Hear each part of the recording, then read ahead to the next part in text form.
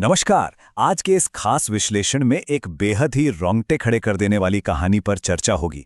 ये कहानी सीधे वाराणसी के मणिकर्णिका घाट से जुड़ी है। मणिकर्णिका घाट ए टेल ऑफ कार्मिक रिट्रीब्यूशन कोई आम डरावनी कहानी नहीं है। ये कॉस्मिक जस्टिस यानी ब्रह्मांडीय न्याय का एक ऐसा खौफनाक उदाहरण है जिसे सुनकर किसी की भी रूह कांप जाए। तो चलिए बिना किसी देरी के इस रहस्य की गहराई में उतरते हैं। अब इस पूरी घटना को समझने के लिए सबसे पहले उस जगह के माहौल को महसूस करना जरूरी है। एक पल के लिए महाश्मशान के उस डरावने मंजर की कल्पना करते हैं। अनंत आग, ऐसा कोहरा जो कभी छंटा ही नहीं, और वो राख जो अपने अंदर ना जाने कितने गहरे और काले राज छिपाए हुए हैं। स्रोत के मुताबिक मणिकर्णिका घाट पर चिताओं की आग कभी ठंडी नहीं होती। ये एक ऐसी रहस्यमयी जगह है जहां जीवन और मृत्यु का सीधा मिलन होता है, और यही वो मंच है जहां हमारी ये रोंगटे खड़े कर देने वाली घटना घटती है। कहानी में आगे बढ़ने से पहले कुछ बुनियादी शब्दों को समझ लेना अच्छा रहेगा। पहला शब्द है अतृप्त रूह। इसका मतलब है एक ऐसी भटकती हुई आत्मा जो अपनी अधूरी इच्छाओं या लालसाओं की वजह से इसी दुनिया से बंधी रह गई है। और दूसरा शब्द है मोक्ष, यानी जन्म और मरण के इस अंतहीन चक्र से अंतिम आध्यात्मिक मुक्ति। ऐसा माना जाता है कि ये घाट इन्हीं दो शक्तियों के बीच की एक रणभूमि है। यहाँ आत्माएं मोक्ष की तलाश में आती हैं और अपने अंतिम न्याय का इंतजार करती हैं। अब जरा इस घटना के समय पर नजर डालते हैं। बात है साल 2014 की। स्रोत बताता है कि दिल्ली से दो दोस्त अभय और रोहन बिल्कुल आम मुसाफिरों की तरह इस प्राचीन शहर को घूमने निकले थे। उन्हें इस बात का जरा भी अंदाजा नहीं था कि उनका ये सफर जल्द ही एक अदृश्य और बेहद पुरानी शक्ति के साथ टकराने वाला है। और यहीं से कहानी में एक बेहद अजीब मोड़ आता है। दोनों दोस्तों के व्यवहार में जमीन आसमान का फर्क था। एक तरफ रोहन था जो काफी तार्किक था। उसे शमशान के उस भारी माहौल से एक स्वाभाविक डर लग रहा था और वो दूरी बनाए रखना चाहता था। लेकिन दूसरी तरफ अभय का बर्ताव बिल्कुल अलग था। वो घाट की राख और वहां की मिट्टी की तरफ एक अजीब से सम्मोहन में खिंचा चला जा रहा था। ऐसा लग रहा था मानो उसका वहां से कोई जन्मों जन्मों का पुराना नाता हो। ये जो दोनों के बीच का अंतर है ना, ये इस बात की नींव रखता है कि आखिर अभय ही उस जगह के प्रति इतना संवेदनशील क्यों था।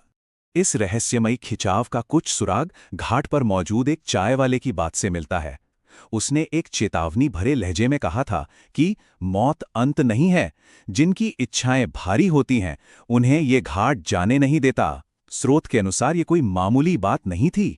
उस चाय वाले का मानना था कि वहां उठने वाले धुएं में सिर्फ लकड़ियां नहीं जल रही हैं, बल्कि लोगों की उम्मीदें, वादे और अधूरी हसरतें भी जल रही हैं। ये इस बात का बहुत बड़ा इशारा था कि घाट पर कोई न कोई अतृप्त रूह अपने अधूरे काम को पूरा करने के लिए किसी का इंतजार कर रही है। और वो चेतावनी बहुत ही जल्द एक खौफनाक सच में बदलने वाली थी। आधी रात का समय था और हालात कुछ ऐसे थे। पूस के महीने की हाड़ कंपा देने वाली ठंड, एकदम भारी और दम घोटू कोहरा, और दूर जलती चिताओं के चटकने की डरावनी आवाजें। लेकिन इन सबके बीच एक चीज बिल्कुल असामान्य थी। वो थी अचानक से आने वाली गर्म हवा की एक तेज लहर। आधी रात को जब अभय अपने होटल के छज्जे पर खड़ा था तो इस गर्म हवा का आना प्रकृति के हर नियम के खिलाफ था। यह महसूस होते ही तनाव अपने चरम पर पहुंच जाता है। इसी अजीबोगरीब माहौल के बीच एक और हैरान करने वाला दृश्य सामने आता है। इतनी भयानक ठंड में जहां लोग रजाइयों में भी कांप जाएं, वहां एक अकेली लड़की सिर्फ एक पतले सूती कपड़े में बिल्कुल शांत और स्थिर बैठी थी।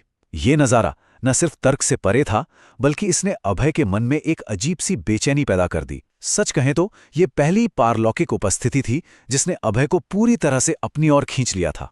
उस रात का सबसे खौफनाक पल अब शुरू होता है। आधी रात को अभय बिना किसी को बताए उस लड़की के पास पहुंच जाता है और उससे बात करने की कोशिश करता है। कुछ देर बाद जैसे ही वो मुड़कर वापस जाने लगता है, वो लड़की उसे पीछे से पुकारती है। और फिर जैसे ही वो लड़की अपना चेहरा घुमाती है, एक भयानक सच सामने आ जाता है। उसके चेहरे के एक हिस्से पर एक बहुत ही लंबा, गहरा और एकदम ताज़ा घाव था।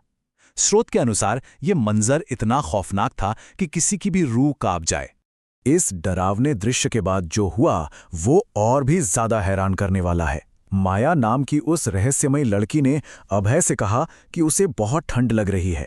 उसकी आवाज में एक ऐसा सम्मोहन था, एक ऐसा जादू था कि वो भयानक घाव देखकर सुन्न पड़ा अभय उसे मना ही नहीं कर सका। वो एक अजीब से वशीकरण में अपनी भारी शॉल उतारता है और उस लड़की को दे देता है। और शॉल लेते ही वो लड़की उस घने कोहरे में अचानक कहीं ओझल हो जाती है। अगली सुबह ये पूरा रहस्य और भी तेजी से गहराने लगता है। सुबह सुबह दोनों दोस्त एक चाय की टपरी पर रुकते हैं। कुछ ही मिनटों बाद अभय की नज़र सामने मकान के नीचे एक कपड़ों की दुकान पर पड़ती है। वहां क्या टंगा था? वही अभय की शॉल। थोड़ी ही देर बाद जब वे ऊपर की खिड़की में देखते हैं तो उन्हें वही लड़की माया मुस्कुराती हुई नजर आती है।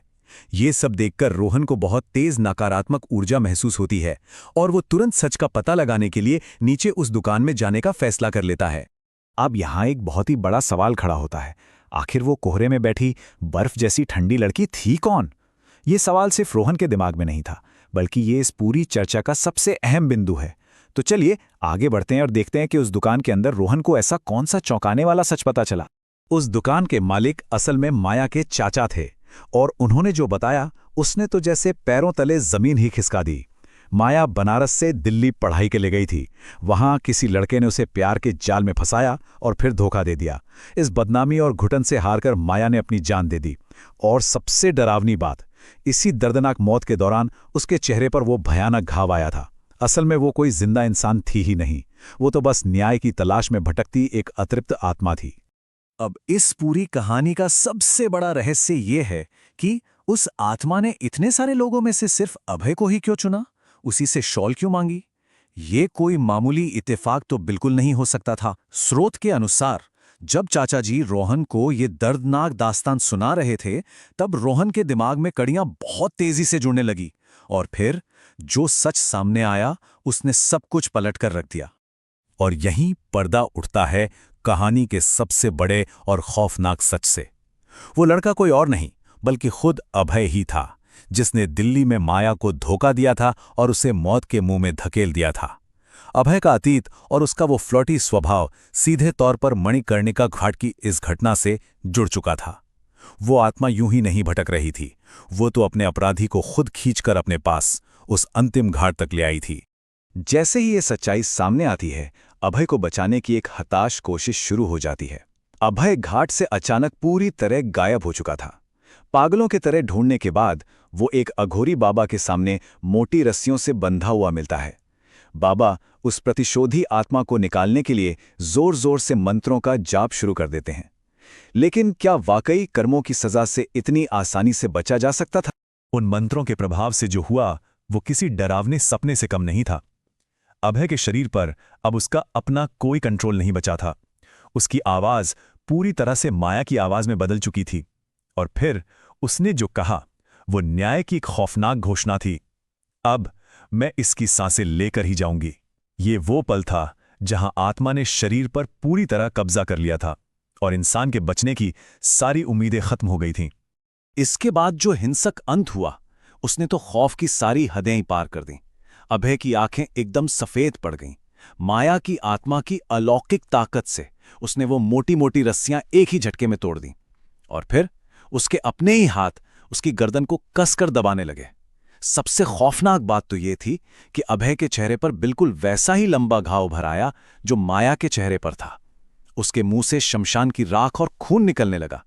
ये कॉस्मिक जस्टिस यानी ब्रह्मांडीय न्याय का अपना सबसे क्रूर और हिंसक रूप था। इस भयानक तड़प के बाद चारों तरफ एकदम सन्नाटा छा जाता है। ना कोई हवा, ना कोई आवाज। अभय के बेजान शरीर से वो घाव भी अचानक गायब हो जाता है।